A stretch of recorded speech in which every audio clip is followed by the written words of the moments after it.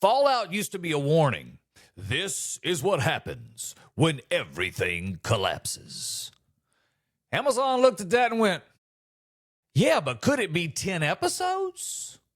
Then I saw today, The Verge said there is a new Amazon reality show coming out titled Fallout Shelter. Okay, so it's based on the Fallout video game and the TV universe. Contestants are put up inside Vault-Tec-style bomb shelters. Okay, so far I'm in. I do like some reality TV. They're tested on survival skills, so pretty much the theme of all of them. Survival skills, teamwork, strategy, and moral crossroads. All for a cash prize. 10 episodes, same production company, and here's where it gets interesting. Same production company as the Squid Game or Squid Game The Challenge and The Traitors. So those shows were pretty successful. This could be a pretty big deal. We're officially at the point where the apocalypse is a game show, so that's fun. And we don't just imagine dystopias anymore. We audition for them, and that's kind of cool.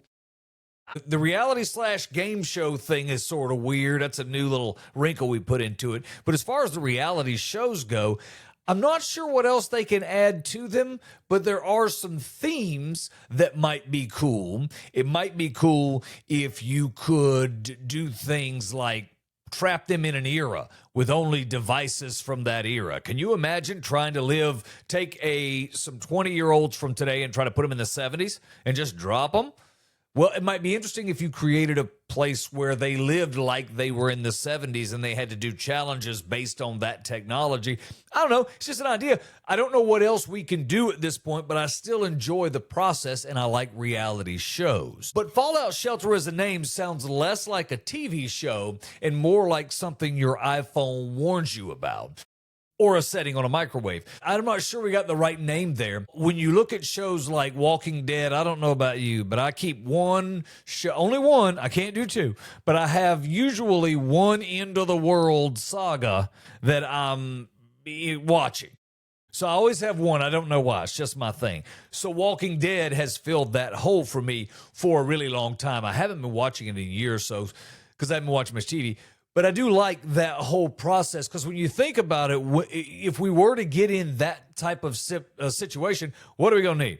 Every day we take for granted right now, right? We can just go up to Circle K and get water if their registers are working that particular day. We can get food, shelter. Those are things we may take for granted, but if we were to get in that type of situation, now we have to survive finding enough water each day, working for food each day, and working for, to find a place to live that's safe each night. And I got to thinking about that, and I thought about as I was at work today, like anybody else, I didn't really want to be there. There's a million other places I'd rather be. But I think it's so much easier now when you think of those shows or you think of Walking Dead, knowing that you get up behind the 8 ball each day. You need food, you need water, you need shelter. All of those things have to happen, and safety, because there's someone coming after you in those, especially in those shows. So when you think of that, and then you think of what we do now in the interim, or now in exchange, we don't have to spend all day foraging for food, looking around. We also don't have to spend most of our day then cooking the food and, running from animals or what other ever evils there are. That whole day now turns into something else. So for you, maybe you're an accountant, or maybe you are a mechanic or a truck driver or whatever it is.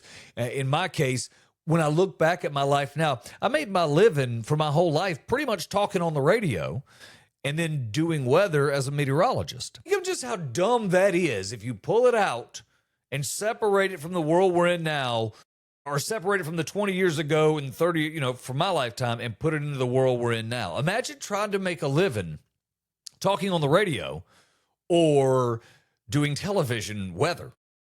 Like those days are running out. We are almost out of those days. And it's sort of silly when you look at it now. It's kind of as silly as when you think of people that work their entire lives building highway systems or doing things that just sort of seem you don't really think about those things. How do people get into those jobs? Those kind of questions pop up. So all we're doing is replacing the time, right?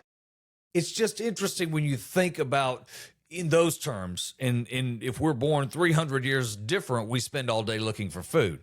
At this time, we spend all day doing jobs that we probably don't care about. And unless we own our own businesses or unless we're being fueled by passion, some people just go to work each day and it's not really what they want to do. Like we said, in real life survival, we're looking for water, food, and shelter. But on TV, it's more like alliances, confessionals, and somebody crying in the hallway. Nobody's really fighting radiation. They're fighting group chats in this show, so it's a little different. I also thought about, what do you do for the show's episodes? I mean, some contesting's easy, but how do you wrap that around the apocalypse? I don't know. I wouldn't want to write on that show. They said the show promises moral dilemmas, which means who do I have to screw over for this $50,000, which is really not morality. It's more like basic cable ethics. How do we get rid of people? I mean, I don't know the premise. I'm looking forward to seeing what we do with this. The real apocalypse is not really about nuclear or anything else. It's more like rent, groceries, and streaming subscriptions these days, right? Pay them a cell phone. The end of the world used to be a warning, and now it's more like a casting call. I would like to be on a reality show at some point. I don't know what that's going to be. I did The Price is Right one time. That was fun, not too long ago. And then I'd like to be on one of those reality shows, but I don't want to be too far out of my comfort zone either. I always thought, man, Big Brother would be fun, but then I'm like 16 people, one bathroom. One for the head of household and everybody else. No, that's not going to work for me. That we all have to shower in the same place. No, I'm not going to work for that. I'm not really good to be on Survivor because I'd have to live outside where there's bugs and such. I'm not really doing that. That's why I live in Arizona. We don't have any bugs to deal with. It's always sunny and perfect. I can't do American Race because they're always running. That just seems like way too aggressive stuff for me. So I'm not sure what's left on the reality show option list, but I'm always looking. I got my ear to the ground. They do a good casting call on something I'm interested. I'm in. I'm going to do it. Amazon said it's coming soon. They got 10 episodes. No death clause, just people proving that they have no business being in real life apocalypse situations. I'm pretty pumped. Can't wait to see it. I'll be talking more about it when it comes up. Also happening in the world today, the Giants don't need a head coach. They need a priest, a therapist, and a burner phone. But still, PFSN's reporting they've got their man. A 5-year deal, $100 million. It's $20 million a year. That's a lot of money before incentives for coaching in the NFL. That would make Harbaugh one of the highest paid coaches in NFL history. And if you add the numbers and start thinking about $20 million a year for a coach, you probably said the same thing I did. Whoa, that's a lot of money to be a coach. And then the other side of it hit me. Is it though? In the NFL? Big-time coaches in college, the biggest, are pulling in $13 to $14 million a year. That's the high end, plus some incentives. You're telling me an NFL coach isn't worth at least that? There are a lot of NFL coaches in that 5, 6, 7, 8 bracket. So they're not even making college money in a real program. I think coaching's a little behind. It's going to have to catch up. I think Harbaugh did a lot to move that needle because what's going to happen is these franchise coaches, you can bet Tomlin's going to run into a very nice market too when he does decide to come out of the situation he's in Pittsburgh under that contract. I'm going to get too deep in that, but I think it's going to be interesting. He's going to find a fertile marketplace and a lot of money. If Harbaugh can get 20, why can't he get 21? He had more tenure. I don't know. Point is, he's going to be at 21, I would guess 20 plus. Then the next group of people, they're going to be able to get that. I mean, think about it this way. Do we have Patrick Mahomes if we don't have Andy Reid? I don't know. We still know Donovan McNabb's name because of Andy Reid, not because much that Donovan did. So Andy can get you there. Andy can take you to the house. $20 million a year, that's I don't have to look at prices money. That's I'll order guacamole for the table money. That's I fly places just for the feelings money. It's not really a contract. It's a financial rescue mission for the New York Giants, the New York Football Giants. They've been a mess for a while since Eli, and I've talked about that before when talking about football. I don't know how the Eli thing worked. The coach always had a look in his face where it was like he never knew what was happening. And Eli, you'd look over at him and he'd have the same look. And they were like bookends watching those two. Yet they managed to win 2 Super Bowls. I have no idea. No idea how they won those. But they had a lot of talent around them, obviously. I'm joking. Marshall Green, an analyst, talked about that. He said, give him a pen, give him a blank check, and let him write his own contract. Which is really not a negotiation. It's more like a holdup. However, if you're the New York Giants at this point, what's too much? You're in New York. If you can't make money being in New York, where are you going to make money? You get paid for winning. He can do that. Almost assuredly, he can do that. So if you're not following the saga, I'll get you caught right up real fast. The Giants fired Brian Daboll. He was the coach. They went through an interim coach. The quarterback situation may be the problem. Russell Wilson's not wanting to retire. Jameis Winston continually throws the ball to the wrong team, but he's going to make a great analyst. He was on with Eli and Peyton the other day, and I mean, he's funny. It's going to be fun watching him on TV. He also sang happy birthday to Eli. It was comedy. The guy's funny. They have a possible rookie QB coming in 2026. Were they working with Jackson Dart too? They're at the beginning. It's not really a rebuild. It's more like a group therapy session. We're going to have to get some talent in there. It'll be easier to get talent when you bring Harbaugh in. That changes. The wheel of coaching always scares high-end players. Harbaugh hit the marketplace with 7 offers in 45 minutes. That's not really a job search, more like a celebrity meet and greet. He was signing stuff for people, texting them. I mean, it was a lot going on. Now, I go on a job hunt. I'm lucky if they call me back in 2 weeks. Most time they're just going to send me a letter from HR that says, thanks for coming, but not this time. We've hired someone, that's very similar to you, but with talent and skills. This job hunt's more like, here's $100 million. Do you like New York? I mean, that's pretty much the way it went. And here's something else. The Titans said they had a jet fueled up to pick this man up and bring him to Tennessee. I think it would have been awesome for him to coach down in Tennessee. Plus, Nashville carries those same values, that hard work, that ethics first value system. It's not necessarily the same in the New York Giants. That everything in New York, if you haven't spent any time over there, I'm not telling you I'm an aficionado on all things New York, but I'm telling you this. Everyone in New York pretty much has to have a side hustle or 6 because their rent in a 1 bedroom is $4,000 a month. It's insane. It's a lot like San Francisco, a lot like LA. So everybody's taught to hustle basically from birth. So they have 2 or 3 or 4 or 5 things going. Anytime you talk to them, it sort of feels hollow. It's almost this, you're waiting for them to turn and pitch you onto something they're trying to sell you. It never feels like it's human conversation. That whole mentality is not Harbaugh's mentality. I don't understand how this is the best fit. But remember, Harbaugh wanted to have complete control, and he wanted to hire his own GM. And right now, frankly, the Giants, they don't have any real options. The money's not really for play calling. It's more for the emotional damage, the press conferences, and having to answer questions every Monday for the next 5 years about quarterbacks. That's what they're paying this man for. The Giants offered him $100 million because they ran out of ideas and they just started adding commas. That's what happened. That's where we're at. We'll see how it comes out. My name is Bud Ford. That's Bud like the beer, Ford like the truck. I was talking to my boss today. Thank you for spending time with me. He's 31. So he's a little different. I'm 55. He's 31. We were talking about pricing or something because we work on pricing for flight programs and the like. And we were talking about, how much they were. And he said, isn't it crazy how much things cost these days? And it stopped me for a second because I looked at him and I thought, bro, you are 31.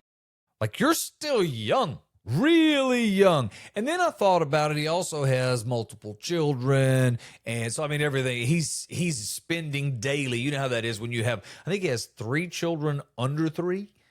I think, yeah, he's got basically a basketball team sitting in his house and they're all tiny. So when one gets sick, they all get sick. You know that game. If you've had young children in that quick time span, you know what I'm talking about. And everything costs money all the time. If one's got a fever, they're throwing up out of both ends. It's that kind of thing. So we were talking about it. I think what happens in life is we timestamp prices. So wherever kind of our memory locks in that time and that money, from then on, the price just goes up and we don't understand it. And that sounds silly, but I have this sort of instant when someone says shoes, I'm still locked into the prices of when, back when. I'm like, shoes, okay, I should pay $39.99 for a good pair of shoes, a really nice pair of Nikes.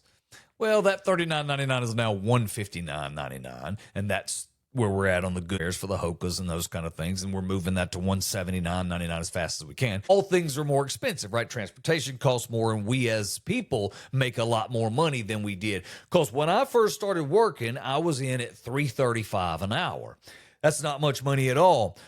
But a Burger King or a McDonald's, like a Whopper combo or a Big Mac combo, locked in at $2.99. So in my mind, I'm always working off of $2.99.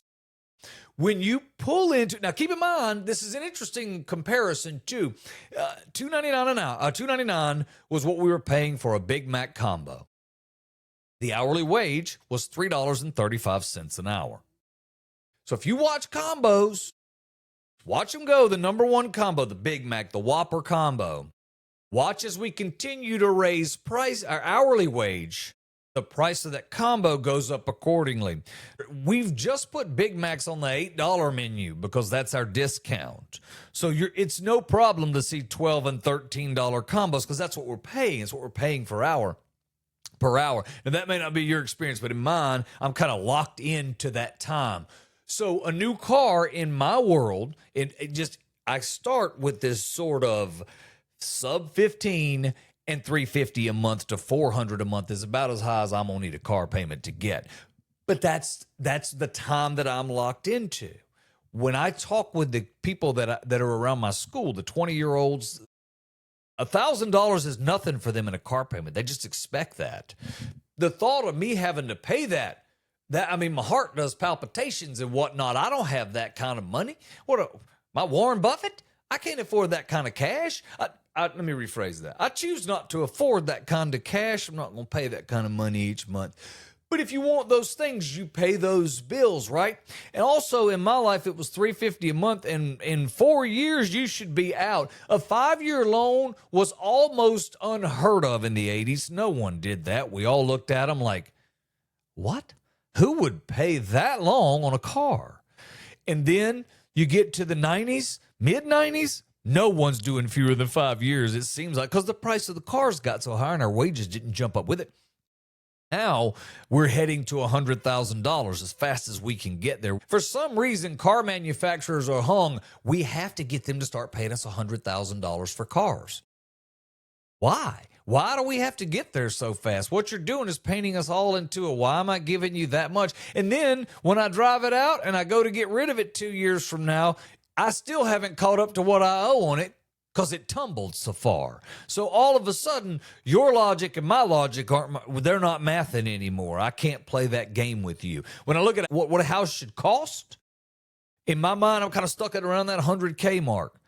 Where I live out here, $300K is not going to get you in a place you want to live unless you're buying a condo. $450 is a question mark out here. You're going to have 17 cars parked on the front lawn of the house next to you, in front of you, beside you. It's going to look like a used car lot because it has to, because houses cost so much. Now we have 3 and 4 families in them. So if you want to get above all that out here, you're going to be at $625 to $725. But you won't have any space. You're not going to have any room between. Your neighbor can hear you talk in the kitchen. You likely can close the door and not have to put any protective guard over it so that you can sleep at night and feel safe. So there's that. And there's not 38 cars in the front lawn, because by the time you get up to $600,000, well, now there's an HOA and we stop all that silliness. But that's pretty common out here in the valley. It's not unheard of in apartment complexes out here, because we have 2-bedroom apartments in the valley here at $2,400, which